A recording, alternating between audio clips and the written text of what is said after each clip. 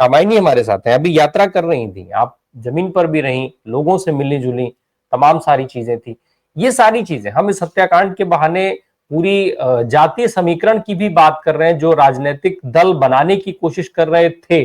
हम इस हत्याकांड से किसी राजनीतिक दल को नहीं जोड़ रहे हैं फिलहाल, कि कौन कहाँ है, क्या कर रहा है, इत्यादि इत्यादि।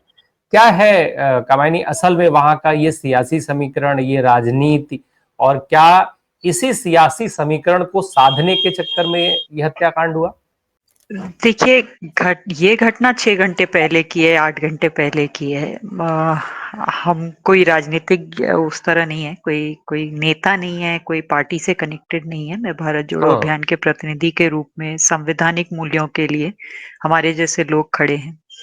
मगर अगर एक जनरल बात की जाए, अभी जो बिहार चुनाव में हो रहा है, ये बहुत सही सवाल उठाए जा रहे हैं कि जब मॉडल कोड ऑफ कंडक्ट, अभी आपने हमको क्लिप सुनाई, हमने तो पढ़ा था पेपर में, पर मॉडल कोड ऑफ कंडक्ट लागू हो और कोई कैंडिडेट ये कहे कि हम 40 गाड़ियां लेकर के जा रहे थे, वो कल ही रात तो अचानक 40 गाड़ी का काफिला लेके नहीं निकले होंगे।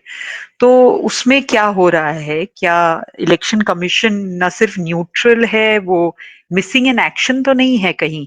अ, जो डिटेल्ड राजनीति की बात हो रही है, इतना समझदारी सच बताएं तो मुझ में नहीं है।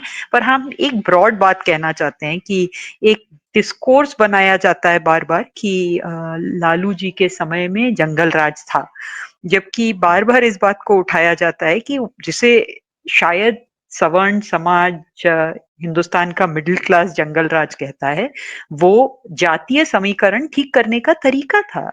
एक स्क्यूड पिरामिड था जिसमें जनरल कास्ट को बहुत ज्यादा वर्चस्व था, ताकत थी, और उसके उस विजवी बनाम दलित बहुजन के, और दलित बहुजन की आवाज मजबूत करने की जो एक प्रक्रिया चालू हुई, वो उसकी वजह से एक लेबल और एक टैग बार बार लालू जी के टाइम में या उस समय के शासन पे लगाया जाता है।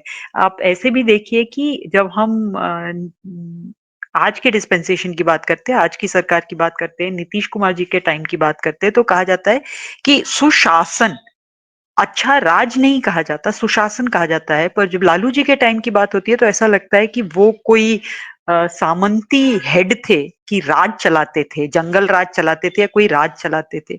जबकि हम ये कह सकते हैं कि शासन कैसा था, उस पे कोई चर्चा हो सकती है, पर उसको हम ऐसा पोर्ट्रे करना चाहते हैं।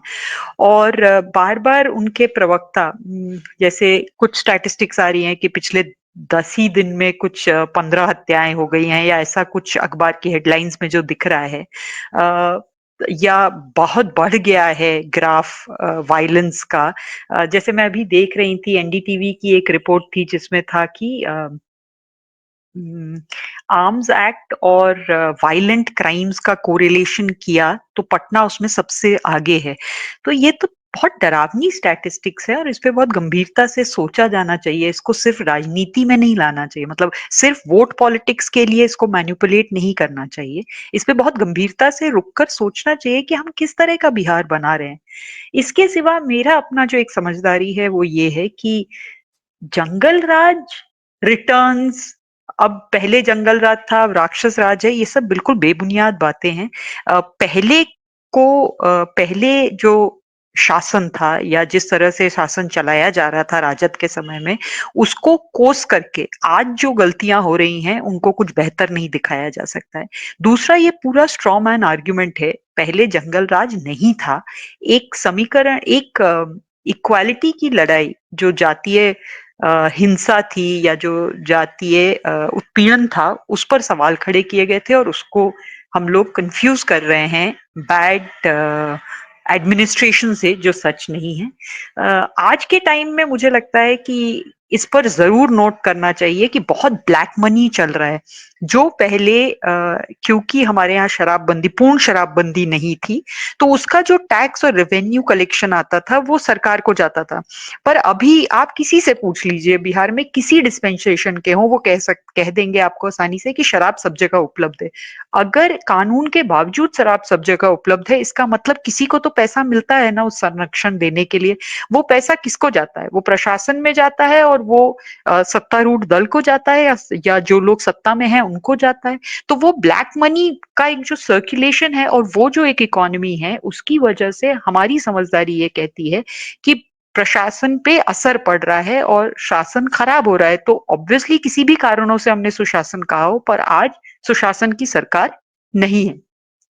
दूसरा मैं चौथा पॉइंट मेरे दिमाग में ये था कि सम्राट चौधरी ने एक स्टेटमेंट दिया कि पर्सनल वेंडेटा और ऑर्गेनाइज्ड क्राइम में अंतर होता है, और हमारी स्टेट में यानी बिहार में पर्सनल वेंडेटा के क्राइम्स हो रहे हैं और ऑर्गेनाइज्ड क्राइम नहीं है।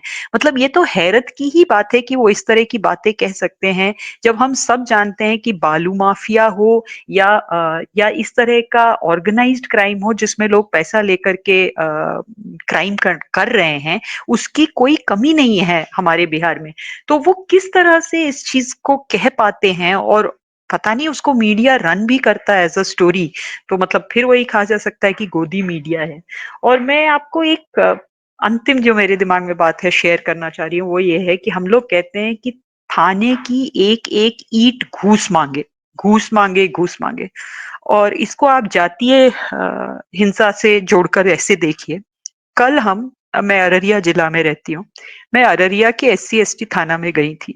मामला क्या था कि एक महिला जिस पर प्रताड़ना हुई है, वो खुद दलित समाज से आती है, प्रताड़ना करने वाले जनरल कास्ट के हैं, और उनकी एफआईआर पिछले 10 दिन से नहीं लिखी गई और उनका आवेदन ही नहीं मिला। जब हम लोग कल पहुंचे तो उनका आवेदन नहीं मिला। आज मैं सुबह से फोन कर रही हूँ, थाना अध्यक्ष उपलब्ध नहीं है हमें एफआईआर देने के लिए। कल उन्होंने आश्वस्त किया कि अच्छा ठीक है, जो भी हुआ अभी तक, या आज आवेदन उनका फिर से लिख करके दीजिए और हम कल एफआईआर कर देंगे। तो जाति का तो ये हिसाब है, और उस कमरे में बैठकर मुझे कन्विंस करना मुश्किल हो रहा था कि ये जो आप कर रहे हैं, ये जो आप लीवे दे रहे हैं, ये किसी एक व्यक्ति का नहीं है, ये एक पूरे समाज को आप लीवे दे रहे हैं।